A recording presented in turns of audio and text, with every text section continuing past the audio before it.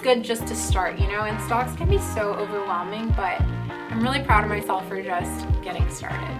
It was at like $0 and I really built up this account, and I'm so proud of myself for doing it. It's really hard to save for emergency because emergency sounds boring. So this registered retirement account has, hey everyone, welcome back to my channel. I'm really excited for today's video. It is something that I have never done before, and it is going to be a current financial snapshot. So I'm going to be taking you guys totally behind the scenes, looking at my accounts, my bank accounts, my investing accounts, and how much debt I have. So totally pulling back the curtain on my finances for you guys, in hopes that this video is helpful and interesting. I love watching these kinds of videos, so yeah, I hope you do too. If this is the first video of mine that you see, welcome to my channel. My name is Zoe, I'm 25 and I live in Montreal. So first of all, note that all of the money I'm talking about is in Canadian dollars. Second of all, you guys just need to know that I'm always like super honest, probably too honest and too open. So hence showing you guys the insides of my bank account pretty much. So yeah, if you're new, make sure you're subscribed. I post lots of videos like this as well as work vlogs. It's a good time. And for everybody watching, I just want to say, the purpose of this video is not for anybody to compare themselves to me and think, you know, oh, I'm doing so much worse than she is, or even I'm doing so much better than she is. Like, comparison is really not the name of the game here. Personal finance is personal, and like, I'm the first one to look at other people and look at the things they have and like compare myself to that and get all in my head. And for that reason, I almost didn't film this video, but I just thought it would be interesting to see, you know, I'm 25 years old. I have my own fair share of challenges. I've also had my fair share of successes. And what do my bank accounts look like, right? Everyone is so different, and there's no right way or wrong way to do it. There's no right amount. There's no wrong amount. Like, nothing is right or wrong here. It's really just my own personal look at my finances. So yeah, I hope this video is helpful for you guys. I hope it's entertaining and useful. But yeah, I really don't want you to look at this and just like compare and think that I'm doing something right, or maybe you can think I'm doing something wrong, but just don't be hard on yourself, I guess, is the takeaway I'm trying to make. So we're not going to be looking at my checking account or my credit cards because we do all of that in my monthly money update. So if you want to see that, I have, you know, tons of videos you can check out. I'll link some of them down below. Today, we're going to look at my investing accounts. We're going to look at my tax-free savings account, my retirement savings. We're going to look at the stocks that I have invested in. We are going to also look at my debt. So I'm talking about big picture finances here and letting you guys in on that. So without further ado, let's get into it. So we're going to start with my investment accounts. All of my investment accounts are with Wealthsimple. I love the Wealthsimple app. I love the Wealthsimple products. I find them just really easy to use.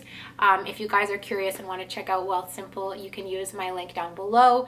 You get, I forget what you get, honestly. You get something and I get something. So it's nice if you want to check it out. It supports my channel. It's totally free, of course.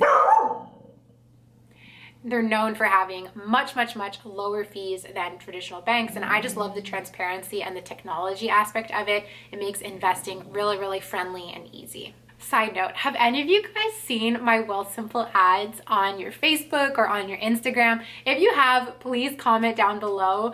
I know that a lot of my friends have seen them, and I just think it's hilarious because Wealthsimple basically commissioned me to film some ads for them. So if you've seen the ads, please comment down below. But yeah, I love Wealthsimple. Happy to be a spokesperson for them. Let's talk money. So in my TFSA, so a TFSA is a tax-free savings account, which means that whatever you put into it is not taxed, and the earnings on whatever you put into it are not taxed either. So if you invest in stocks, if you invest in funds, whatever you invest in, the money that you earn, your earnings, are not taxed. You only have a certain amount that you can put into here every year. I don't know what my amount is. I haven't maxed it out. Don't think I will this year. But anyways, the total amount that I have in here is about $6,600. My TFSA is actually down right now, and so is my RSP. My investments aren't doing that good, but I know that these are long-term, so I don't freak out when the money goes down. So $6,600 in my tax-free savings account. I am happy to say that all of this money got added this year. This is a new account. So managing to save $6,000 in a year, and I think it's even been less than a year because it's been since I paid off my debt in March that I've started saving in this account. So I'm really, really proud of myself for this number. And here's what I mean. Some people could look at that and be like, that's nothing. I have friends who have like that, like way more than that, you know, and some people could look at it and it's a lot, and it's just so variable. So whether you have more than that, whether you have less, don't compare. This is just how much I have. Next, you guys, is the registered retirement savings plan. So this is like the 401k, I think, for the Americans. But this is an account that's meant for your retirement, and every year you have a certain allotment that you can put into this account, and the government will actually match part of it. There's also a lot of programs with your employer where your employer will match part of it. I used to be a part of a program like that on my old job. Now at my new job, I am not. So this registered retirement account has $4,400 in it. Not great, not bad. And what's funny is on Wealthsimple, if you click on the account, it will show you a projections graph. And so it says that by age 65, I'll have about $15,000. So I mean, if you think about it, with $4,000 today and 65, like however many years that is, 40 years, to have an additional 10K by just doing nothing is pretty good. But of course, you know, I'll need more than $15,000 to retire. And I do plan to grow this account, but it's just not been my priority. Up until now, my priority has been paying off my debt. And so that's why these accounts aren't super funded, because that was my priority. All of my money, all of my savings, everything went towards paying down my debt. I'm sure a lot of you were on that journey with me. And now we're on the journey of building up our savings, right? You took a lot of my savings. Yeah, but it was worth it. So that's it for my investments. Now, the next product that I have with Wealthsimple is a Wealthsimple Save account. So it's just a generic savings account, but rather than at your savings account with the bank where you earn like 0.00000 whatever percent interest, with Wealthsimple you earn 0.5%. So it's still not a lot, really not, but it's better than nothing. So this is where I keep my emergency fund. Now, I've been following the advice of having a $10,000 emergency fund. That just seems to be the standard. I don't really know why. They say it's like 3 to 6 months of expenses, and $10,000 to me just feels like a number that I'm comfortable with. Now, that being said, I currently have $12,600 in this account. This account I'm very proud of. This is an account that I built up since the summer. It was at like $0, and I really, really built up this account. And I'm so proud of myself for doing it. It's really hard to save for emergency because emergency sounds boring. I'd rather save for retirement, future house, shopping, vacation, you know, exciting things. But emergency? No, like, I don't want an emergency, and we all want to think that no emergency is going to come. So it was really hard to fill up this account. Now, what made it easier was that I was also putting car savings into this account. So part of this is money that I put aside for my car. That's why it is over $10,000, because I am going to use some of this money to pay off my car. So yeah, so I haven't decided like how much of this is for my car, how much of this is emergency fund, and we'll talk about my car loan after, but I don't know how much is which. So going into the new year, I'll have to reevaluate and think like, okay, how much debt do I want to carry on my car versus how much do I want to have in an emergency fund? It's not something I've fully thought through yet, but yeah, for now, that's how much is sitting in this account. So the next account that I have kind of a chunk of money in is a YouTube tax account. This is where I put money aside for taxes on the earnings that I make from YouTube. I'm super fortunate to earn money from doing something that I love, which is YouTube, and it's kind of a side hustle that's paid for a lot of things for me, and like it's paid off my debt, it's helped me with that, it's helped me pay for my car, it's helped me put money in savings, and I'm super grateful for it. But I'm also taxed on it, so I do have to be careful and put some money aside, you know, for tax purposes. Now, I have about $5,000 in this account, and right now it's just in like a regular savings account, not really earning any interest.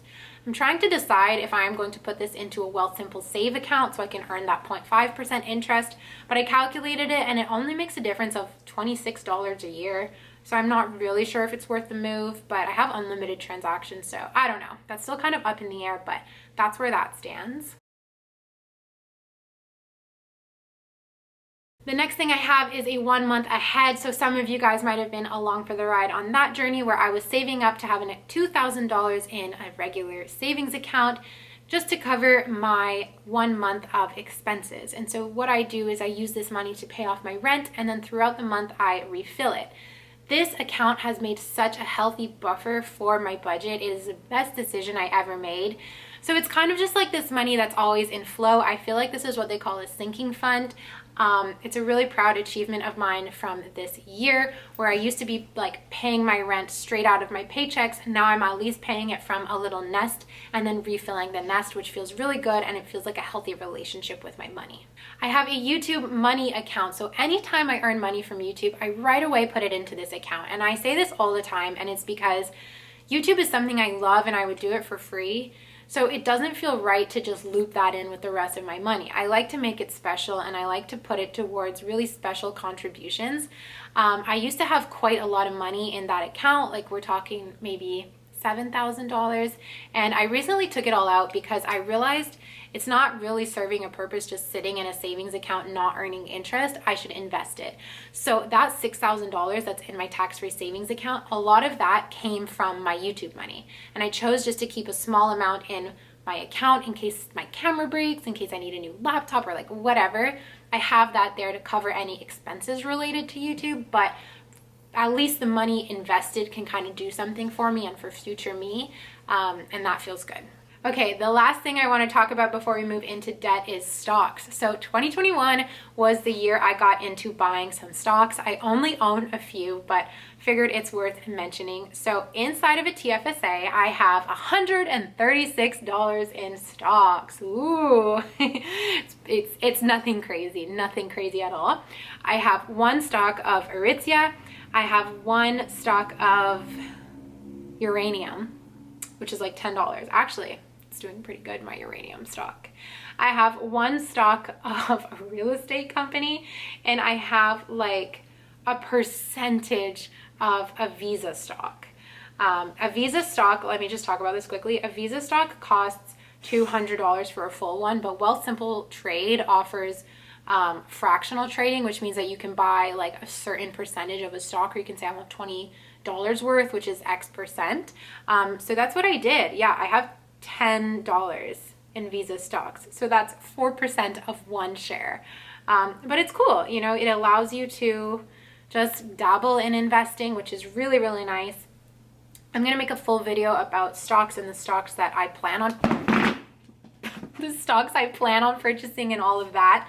But yeah, that is my stock, my very mini stock portfolio. But it feels good. It feels good just to start, you know, and stocks can be so overwhelming, but I'm really proud of myself for just getting started. Okay, you guys, that is that for what I have. Now let's get into the juicy details of my debt. So debt is something that I've always been kind of afraid of. I can definitely trace it back to my upbringing, where my mom was super anti-debt, very against it.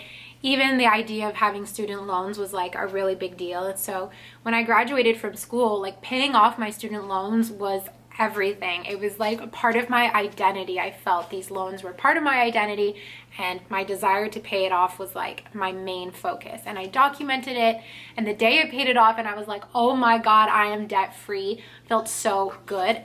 Thank you so much.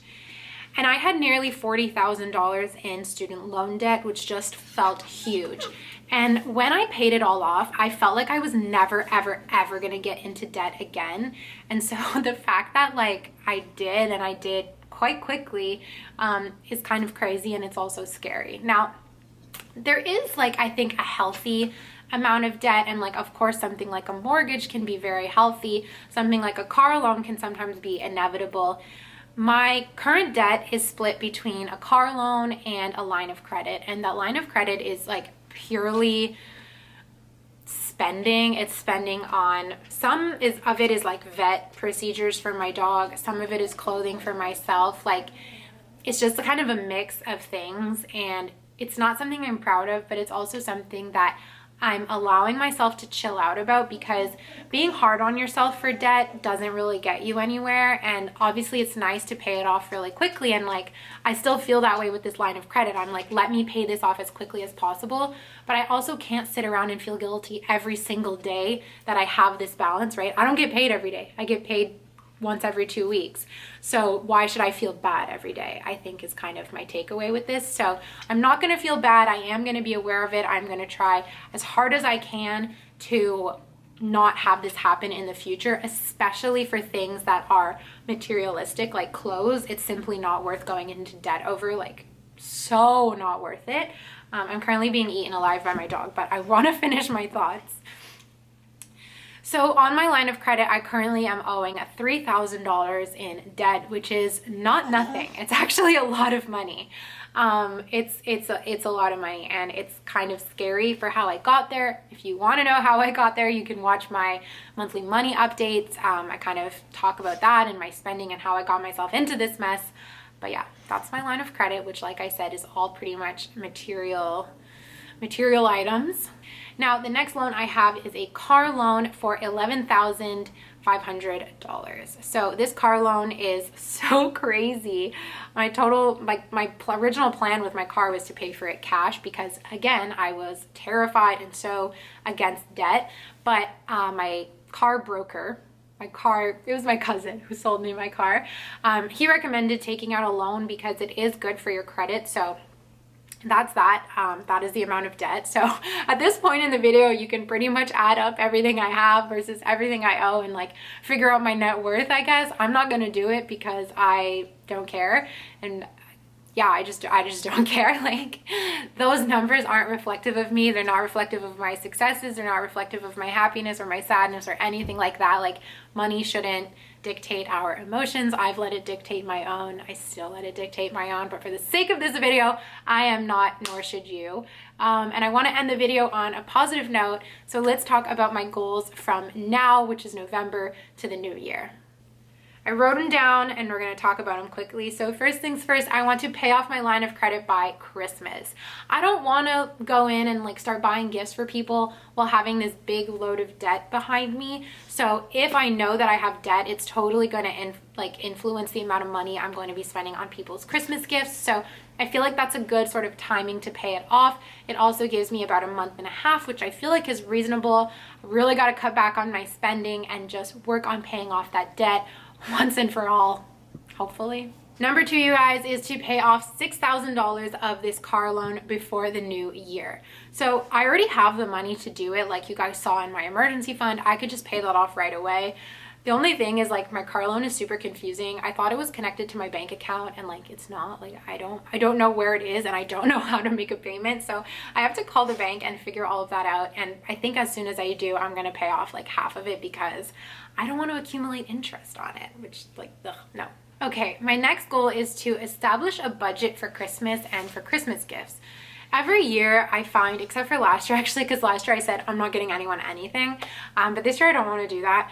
I want to get everyone I love something, but I want to establish a budget, and I'm thinking that I'm going to do that by establishing an overall budget, like how much do I want to spend for Christmas in general, and then bring that down for each individual person that I plan on buying gifts for. It's so fun buying gifts for people, and it's so easy for me to get carried away and want to be super generous, and then you're like saddled with this crazy high credit card bill at the end of the season, which kind of just defeats the purpose of the season. So that is my plan for Christmas. I want to be really responsible with my spending there so that I can start the new year on a really, really good foot. Okay, you guys, my last goal is to have $5,000 in my retirement savings account by the new year, which means I need to put another $500 in there.